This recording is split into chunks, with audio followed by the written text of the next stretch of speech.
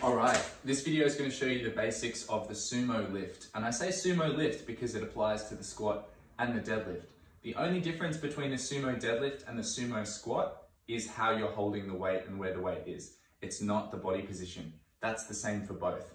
So without the weight first, I'm going to show you what it looks like. Sumo meaning wide legs. The feet are going to turn out to whatever degree feels really comfortable and stable for you. Usually that means your feet are going to point in the same kind of direction as your upper thighs. How wide do you go? Well, you can go really, really, really wide if you have the hip mobility, but not everyone does. So I want you to go as wide as you can if you're looking for mobility without any pinching or crunchiness or pain in the hips. If you're looking for strength, I just want you to go wide-ish, as wide as you feel you can get the most depth and strength. Pretty straightforward, right?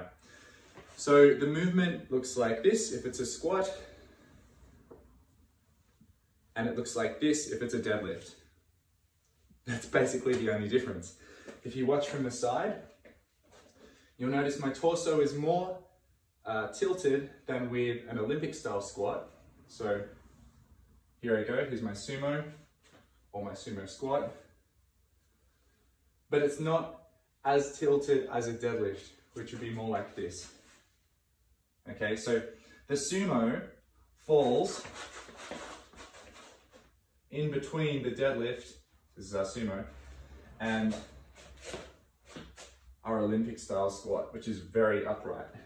Okay, so it's somewhat of a squat, somewhat of a hinge, but we want it to be a bit more of a squat in terms of how upright our torso is. If you watch from the line of my foot as well, if I turn sideways, you'll notice my knee's pretty much in that line of force. I'm pushing through the ground, so my knee is going to help me to press that way. This means if you watch from the front, it might look like my knees are a little bit in.